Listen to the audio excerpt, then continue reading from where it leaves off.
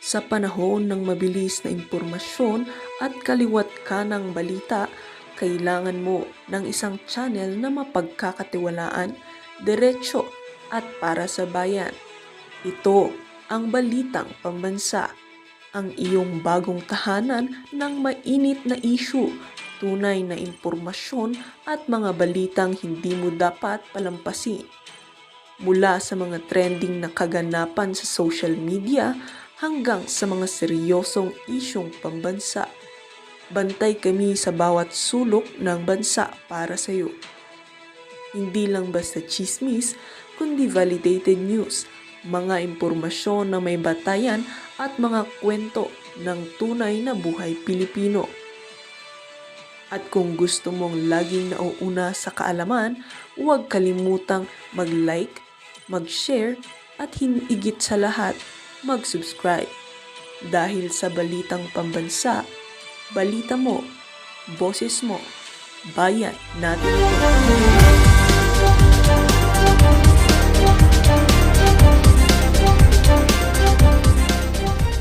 Ito ho ang ultimate secret ng mga bilyonaryong kontratista. Paano magiging bilyonaryo? Panoorin ho natin. Ito ho.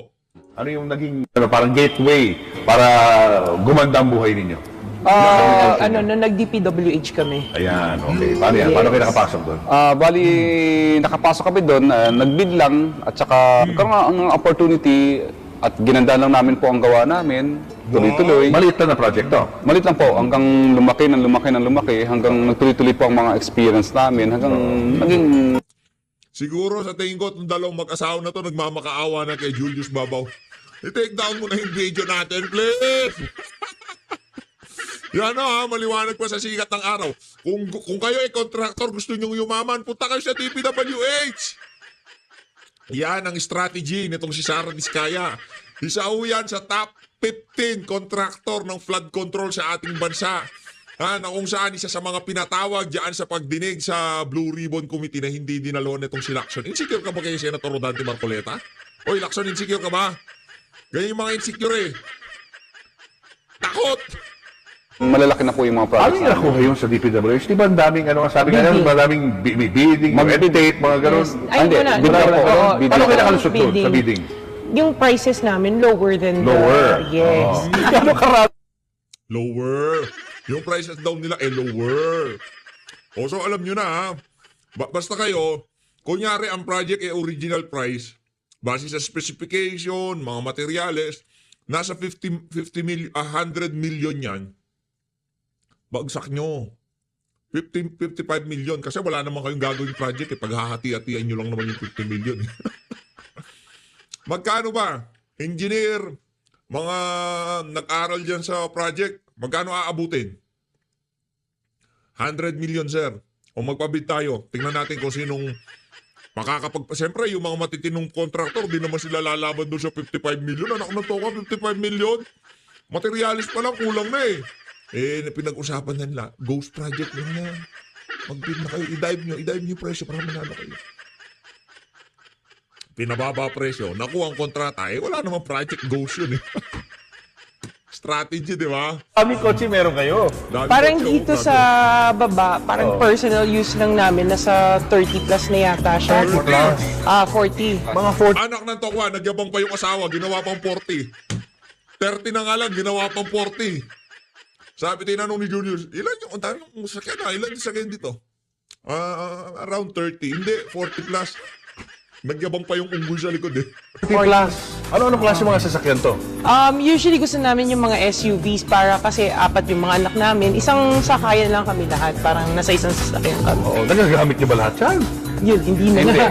Hindi na nga. Kasi dami. Yung mga pinapagamit namin sa mga bata as panghatid sa Yung school. hatid sa school yung mga bata. Uy, yayaman oh. Naka Land Rover, naka GMC, naka Bentley. Or kaya yung iba kasi, yung anak ko, yung dalawang anak ko kaya na mag-drive. So, minsan ginagamit nila. Ano klase mga kotse to? Describe mo sa amin. Okay, so mostly American car siya. So, ito yung Cadillac, Cadillac? white. Parang si Abante ganyan yung sa kanya, di ba? Cadillac.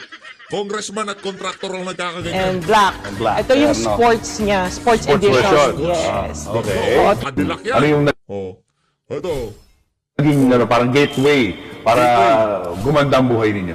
Nung nag-DPWH kami. Ayan. Yun, noong nag-DPWH sila. So lahat ng inuupuan nila, lahat ng sinasakyan nila. Kasi doon nag-umpisa doon talaga sila, doon sumigla ang hanap buhay nila nung nag-DPWH sila. O lahat ng nakikita nyo na yan, galing ho yan sa pera na sambayan ng Pilipino.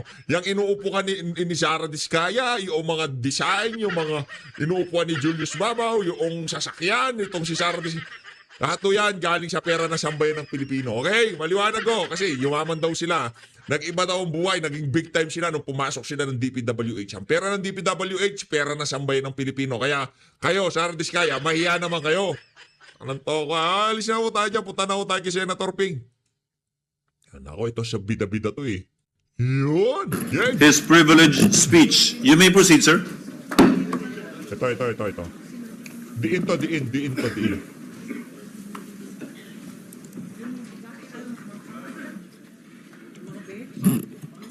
Naku, Thank you, Mr. President. Sa tato, Mr. President, my distinguished colleagues, I rise on a matter of personal and collective privilege to uncover schemes surrounding a systemic problem in our country, one that submerges our nation not just in floodwaters, but in depths of corruption.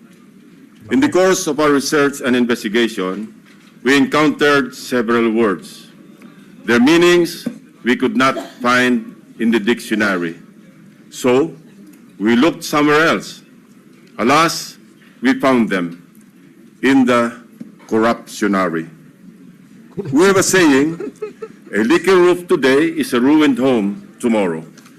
Thankfully, President Bongbong Marcos himself has taken decisive steps to plug the leaky roof as a determined follow-through on his striking rebuke and appeal to conscience with his resounding admonition, mahiya naman kayo. naku po.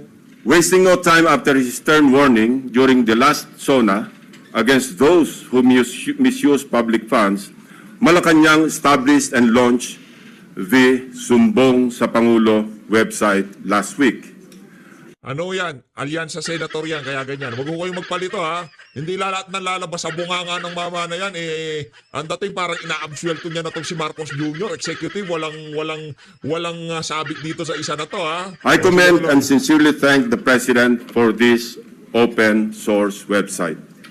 Not only does it open the public a direct line to the President to report anomalous flood control projects in their midst, but in my case, including that of my staff, the website makes our investigative work a lot easier.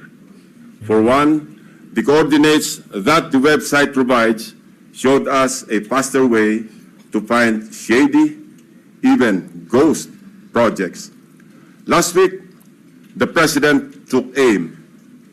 Today, I am pulling the trigger. Para sa ating mga kababayan, nakatutok ang aking presentasyon sa araw na ito Alyansa na alyansa, brada! Nakunanto ko, mambihira talaga. Oo. sa mga flood control projects pa lamang. Hindi pa rito kasama ang iba pang mga infrastructure projects na punong-puno rin ng anomalya. Isa-isahin natin ang mga impormasyong aming nakalap sa mga nakalipas na linggo mula sa aming sariling pag-aaral at pagsasaliksik na suportado ng mga impormasyon mula mismo sa mga DPWH officials at insiders, pati ilang contractors, kasama na rin ang open sources. Una, ang kalakaran ng ilang mga kontratista at mga kasabwat nila sa gobyerno na sa paghahati-hatian ng pondo, kasama na rin ang mga termino o codes patungkol sa kanilang modus. Pangalawa, ang mga palpak na proyekto dahil sa paggamit ng substandard na materyales, kasama na ang mga kontratistang nasa likod nito. Pangatlo, ang mga proyektong lantarang inaangkin bilang congressional insertions. Nako. Pangapat, ang patuloy na pagbaha sa iba't ibang lugar na narating namin kahit taon-taon ay paulit-ulit na binubuhusan ng bilyon-bilyong pondo. At ang pinakahuli, ang mga tinatawag ng Pangulo na guni-guni o ghost projects na aming nahukay. For over 15 years, from 2011 to 2025, we appropriated more than 1.9 trillion pesos for flood control management program under the budget of the Department of Public Works and Highways alone. Sa loob lamang ng 3 taon, mula 2023 hanggang 2025, higit 1 trillion pesos ang ating inilaan sa ilalim ng 3 naipasang budget measures para sa flood control. Halos 53% ng kabuuang pondo sa loob ng 15 taon. When we are speaking in trillions of pesos, we should expect our streets and low-lying communities to be flood-free when the rains pour. Gayunpaman, sa paghagupit ng magkakasunod na habagat at mga bagyong Krising, Dante at Emo, ilang linggo pa lamang ang nakalipas, kasamang winasak at inanod ng baha ang bilyon-bilyong pisong halaga ng mga flood control projects na halos bago at kakukumpleto pa lamang na dapat sana ay nagbigay proteksyon sa ating mga kabahayan at komunidad. Corruption has been so pervasive and systemic that doing so is like a piece of cake. And when I say piece of cake, I mean that funds for a specific project are divided, shares vary depending on greed, big parts swallowed by corrupt operators, both from the public and private sectors, leaving only crumbs for actual project implementation. Mailan pa ngang proyekto, hindi man lang nagtira para sa taong bayan. Ang tawag ng Pangulong Marcos dito, guni-guni o ghost projects. Mr. President, let me illustrate an example of the pie sharing in a severely corrupted project. Nais kong bigyan din na hindi ito representasyon ng lahat ng kalakaran sa flood control projects sa buong Pilipinas. While the pillaging pattern is relatively the same, the pie sharing varies depending on the level of greed. Ihiwalay muna natin ang mga regular o legal na buwis at insurances na automatic na binabawas sa mga proyekto. 5% value-added tax, 2% withholding tax, 1% para sa bonds and insurances at 1% materials testing.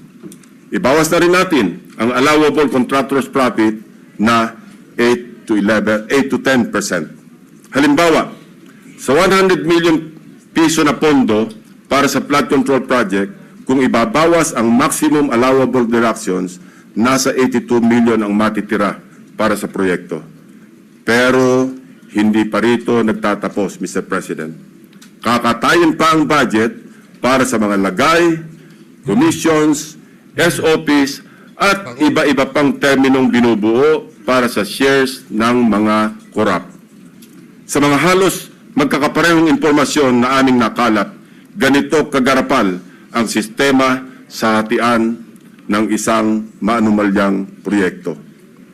8 to 10% para sa mga opisyal ng DPWH.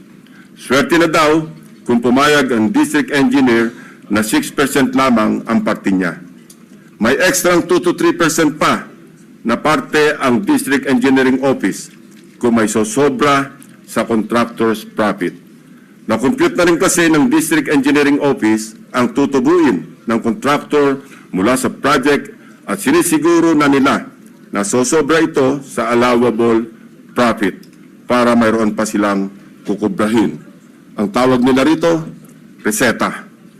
Reseta dahil ang presyo na itinakda ng District Engineering Office ay nakasulat at napagdesisyonan na.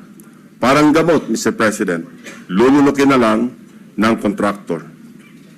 5 to 6% para sa mga miyembro ng Beach and Awards Committee or BAC. 0.5 to 1% para sa COA. Mr. President, meron pa ngayong tinatawag na passing through or parking fee na aabot sa katumbas na 5 to 6% ng pondo.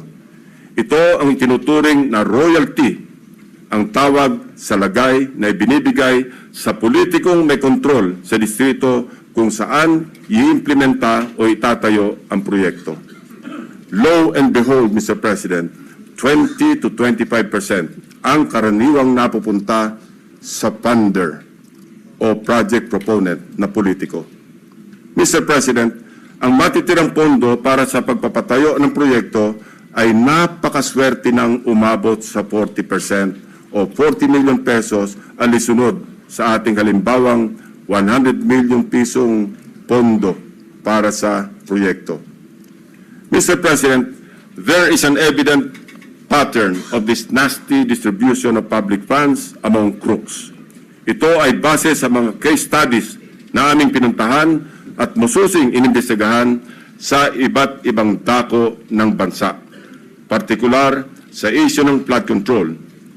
Hindi na namin sinama sa aking presentasyon ang mga naikutan at ibinunyag na ng Pangulo. Ang malinaw na malinaw. Halos pare-pareho ang pattern kung paano minamasaker ng mga kawatan ang pondo ng bayan. Nauna na po itong inuulat ng ating Pangulo noong nakarang linggo. Nang banggitin niya ang mga items na pare-pareho ang contract cost sa kabila ng pagkakaiba-iba ng specs, disenyo at haba ng proyekto. Panoorin po natin ang video. Sa parlance po na ang nakakaalam lamang ay ang mga kasali sa gulangan sa pondo. Ito po ang tinatawag na distinct. Distinct ang mga budget items na makikita sa General Appropriations Act at awarded contracts na may pare-parehong halaga para sa magkakalapit man o magkakalayo na proyekto. Distinct dahil ayon sa aming mga informants sa loob ng DPWH at kinumpirma ng ilang contractors, coded na budget ito para mayroong pagkakakilanlan ang mga quote-unquote may-ari ng proyekto. Para sa mga nakakaunawa, ang ibig sabihin po ay akin yan. Sa Bulacan First Engineering District na pinamumunuan na magkasunod na tinanggal sa pwesto na sina dating District Engineer Henry Alcantara at ang pumalit sa kanya na si Bryce Hernandez. Napag-alaman naming talamak ang ganitong kalakaran. Bakit? Sapagat ayon sa mga contractors at DPWH officials na nakipag-usap mismo sa akin at aking staff, ang dalawang ito ay halos pareho lang ang pagmamahal sa pera. Naku po. Napabalita pa nga kamakailan na ang isa sa kanila ay nakakapagpatalo ng 100 milyon sa isang kasino dito sa Metro Manila. Mr. President, sa District Engineering Office na ito, sa ilalim ng pamumuno ng dalawang nabanggit na opisyal, para sa taong 2024, 28 proyekto ang pare-pareho ang pondo kahit magkakaiba ang specs, disenyo at haba. Distinct. Babalikan po natin, Mr. President, mamaya ang lalawigan ng Bulacan na aming maituturing na pinaka-notorious pagdating sa anomalya ng flood control projects base sa aming mga findings. Unahin muna natin ang kaso ng questionabling flood control project sa lalawigan ng Pampanga. Yan. 4 years Pampanga now, tayo. the riverbank mitigation project in Candating, Arayat, Candating, has been the Arayat, face Arayat. of a failed flood control project. Tuwing umuulan, panay ang aray ng mga taga-Arayat sa pag-apaw ng ilog na hindi mapigilan ng flood control. Mr. President, binisita ng aking mga staff ang Arayat nitong nakaraang 2 linggo lamang na tinamaan din ng hagupit ni Emong at nagdulot na naman ng pagguho ng ilang bahagi nito. Take note, Mr. President, katatapos lang ng panibagong repair nito noon lang Hunyo ng kasalukuyang taon, 2025. Sa itsura ng structure, tila baga hindi binibigyan pansin ng gobyerno ang Candating. Pero kung babalikan natin 1 taon pa lamang ang nakakaraan o noong Agosto 2024, may gumuho ng flood control matapos mahagupit ng monsoon. Mr. President, a review of the budget books shows that we started funding the construction, rehabilitation of slope protection along Pampanga River, Candating, Arayat, Pampanga, way back in 2018. Let me give a rundown. In 2018, we already spent 20 million pesos on a project for the construction, rehabilitation of slope protection along Pampanga River, Candating section, Arayat. Kalaunan, nasira. Since then, it has become a cycle, Mr. President. We used the people's tax money to repair it in 2023 for a contract price of 91.6 million pesos. It was repaired again by another year's tax money in 2024. This time, not once, but twice, 91.8 million for Phase 1 and 91.4 million for Phase 2.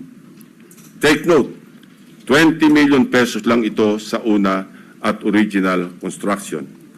If the original construction cost was only 20 million pesos in 2018, why did the repair cost balloon to 350% or 91 million in 2023 and another 183 million pesos in 2024 or an overall increase of 815%? Tanungin kaya natin si Dong Gonzales. Dong! 20 million yung original project tapos yung pagre-repair 91 million? Dong! Hindi, tanungin natin siya kasi distrito niya yan eh. Di ba? Dong Gonzales! Aba, at nawili na ang funder ng Edmari Construction na siyang palaging nananalong kontraktor sa Candating, Arayat, Pampanga noong 2023 at 2024. Naglagay pa ulit ng 100 million pesos ngayong taon. Buti na lang, pinigil ng Malacanang ang pag-release ng pondo. Distinct then, but in a very distinct way. As I mentioned earlier, all of these were awarded to the same mighty contractor, Edmari Construction and Trading. In total, Edmari bagged 274.8 billion pesos in taxpayers' money for the rehabilitation and repair of Candating na tila hindi nagsasawa sa repair. Hindi lang po yan ang issue ng Edmari. How can this contractor, with an unusual share of controversies, including being delisted as DHSUD builder in 2023, be trusted to rebuild its own consistently collapsing project, which has evidently come with great cost and loss to the government? Paulit-ulit ang pag-repair, ngunit ganito pa rin ang kalagayan sa Candating, Arayat. Arayat ko po. Mr. President, magtungo naman tayo sa Hilagang Luzon, partikular sa probinsya ng La Union, kung saan matatagpuan ang Bawang River Basin na kung saan matindi ang congressional insertions. Sa tulong ng mga concerned groups and individuals, napansin namin ang bilang ng flood control projects na bagamat wala sa National Expenditure Program noong 2024 ay biglang tumubong parang kabote sa General Appropriations Act ng nakaraang taon. Halimbawa, ang construction of flood control structure along Bawang River Basin. 2 items lamang na may tig 50 million pesos ang nakalaan sa bahagi ng Nagilian. Samantalang, ang bayan ng Bawang ay wala pong proyekto sa National Expenditure Program. Abracadabra, sa naipasang 2024 General Appropriations Act, nagkaroon ng 10 items na nahahati mula Package 1 hanggang Package 10 na may tig 98 million pesos ang biglang umusbong para sa Nagilian. Sa kabuuan, ang 10 packages na ito ay umabot sa 967.4 million pesos. Halos 1 bilyong piso kumpara sa 2 tig 50 million lamang sa 2024 NEP. Sa Bawang naman, 7 packages ang lumitaw na may magkakaparehong halaga, 89 million pesos each.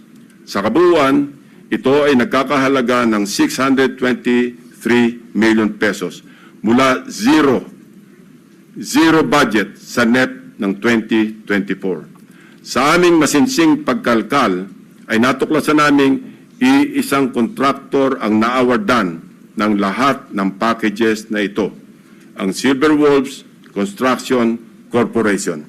Distinct pa rin, distinguished colleagues. Ito ang nabanggit kong pork barrel insertions kanina, Mr. President. Meron pang mas matinding congressional insertions, ipapakita ko sa inyo. Baco at Nauhan, Oriental Mindoro. Aguila congressional insertions. Mr. President, when flood control projects fail to stand against the tides, we are compelled to question the feasibility of the project and the technical capacity of the contractor.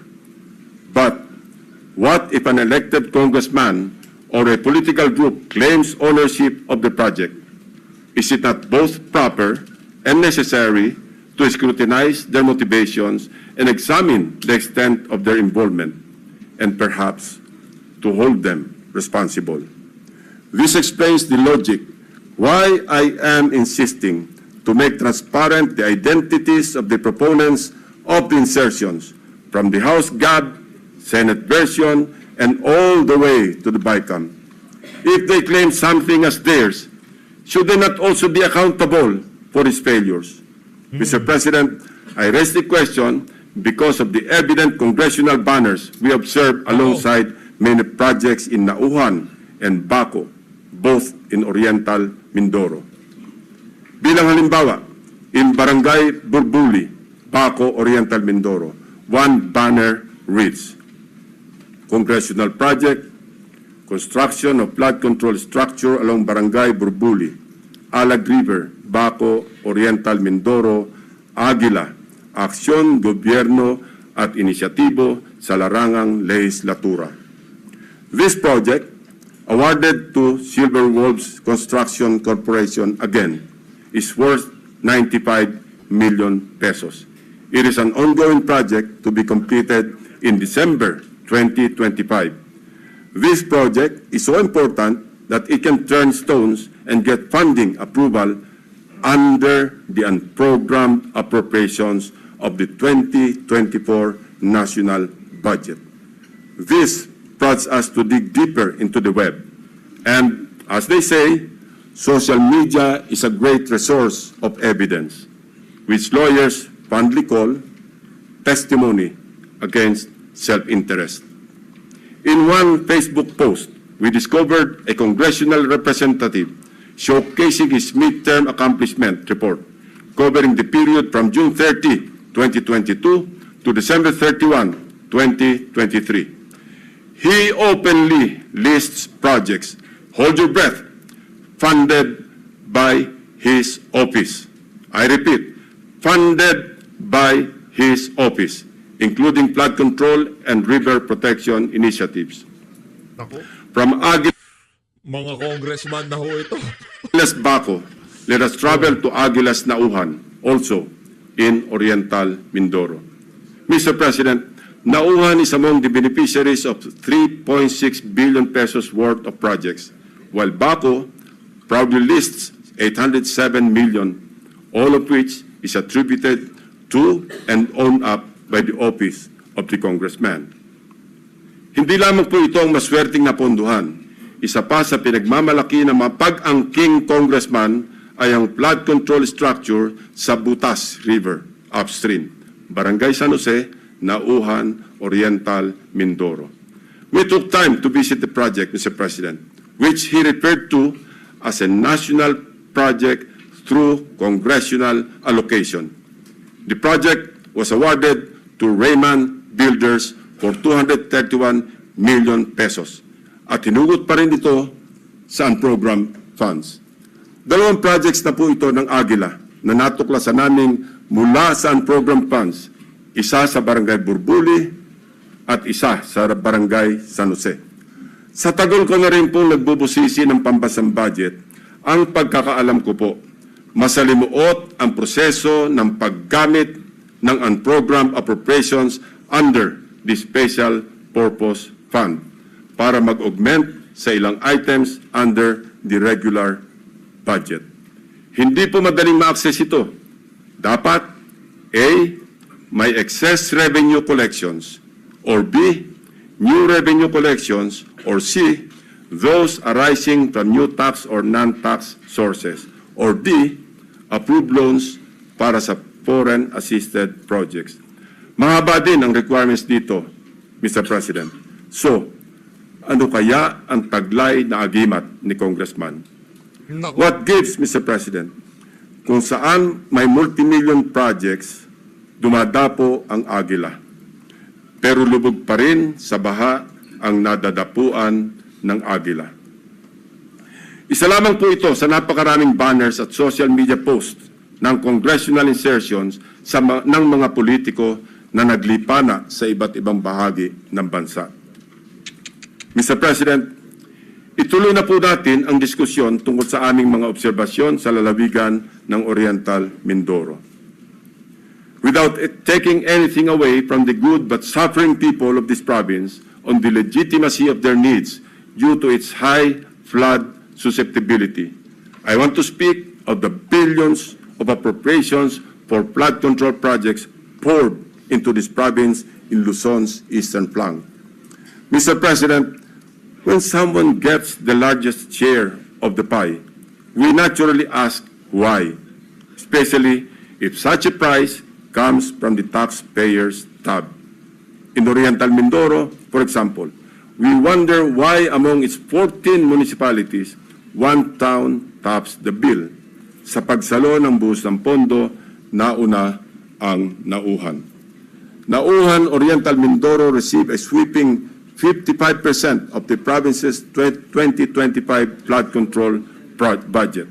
Katumbas ito ng 10 bilyong piso para sa flood control projects ng bayan ng Nauhan pa lamang. Fair enough, given the coastal topography of the municipality, which includes its lowland plains and extensive river systems such as Mag-asawang Tubig, Nauhan, and its people badly need flood control interventions. However, the magnitude of its budget allocation in the last 3 years alone, amounting to approximately 19 billion pesos and nearly doubling each year, raises concerns regarding Nauhan's curious case.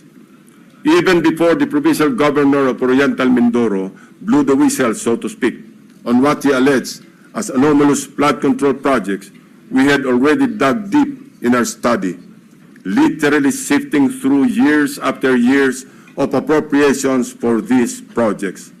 True to form and with due diligence, I immediately dispatched my staff to Oriental Mindoro to verify the data we gathered about Nauhan and to validate the governor's claims. Mindful of political bumps we may encounter, my directives are clear. We must see no political color and remain impartial in our findings.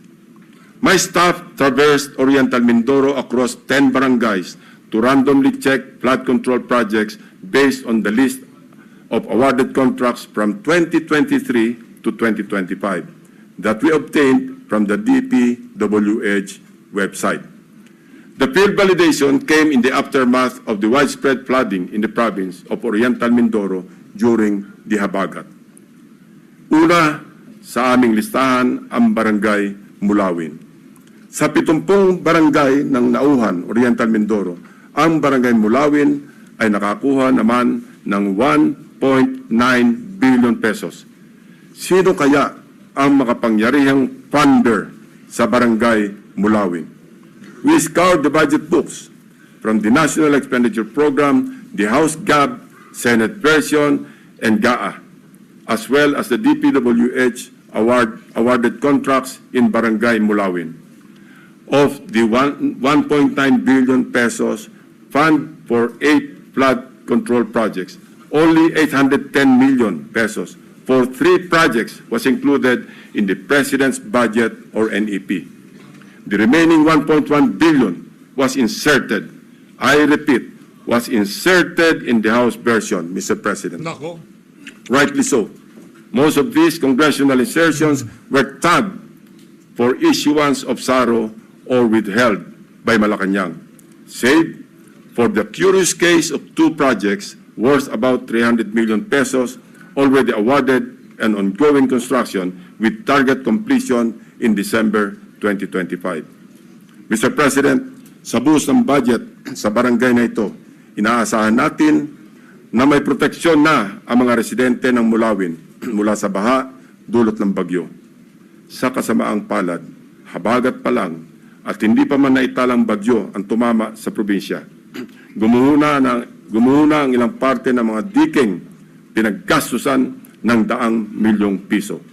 Inagos na rin ng tubig, baha, ang bilyong pisong danyos ng nasirang flood control.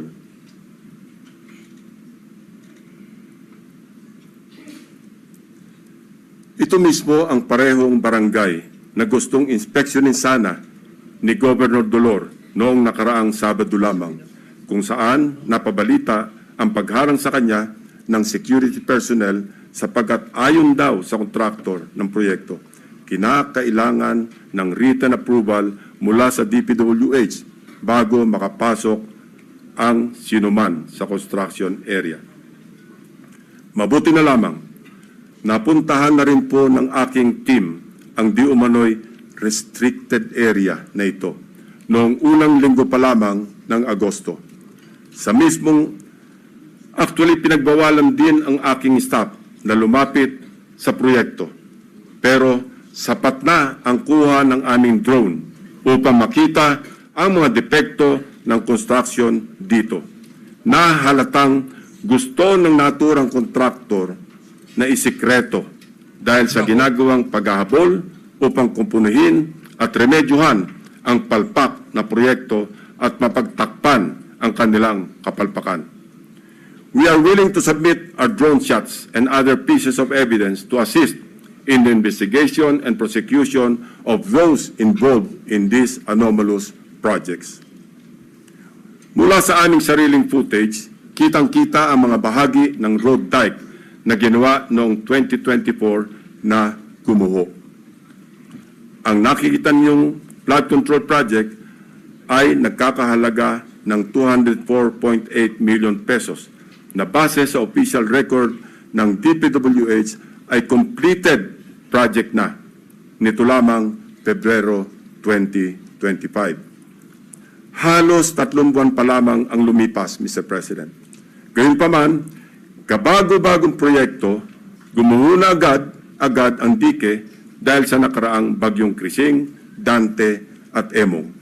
Kasama ang lagpas 200 milyong pondo na inalaan dito.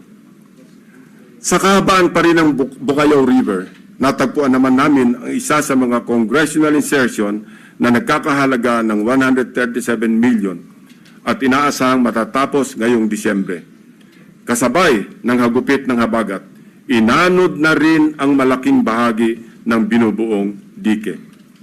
We heard grim stories about why these structures fall easily. From the improper embankment mix of gravel, sand, and stones, sheet piles cut in half, and lower-grade reinforcement steel bars. Tinipid, sinadyang minali, at shortcut ang pagkagawa. Sad reality, Mr. President, is mayroon na rin silang standard para sa substandard.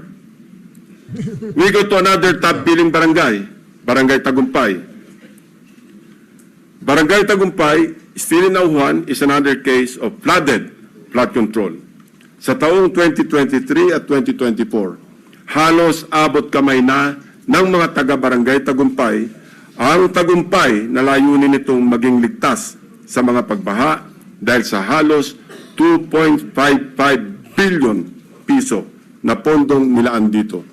Binubuo ito ng 10 proyekto sa paggawa ng road dike sa mag-asawang Tubig at Bukayaw River. Sa ulat ng gobernador na bineripika ng aking mga staff, ang mga bahagi ng bilyones na proyektong ito, 2 beses na pong nasira ngayong taon.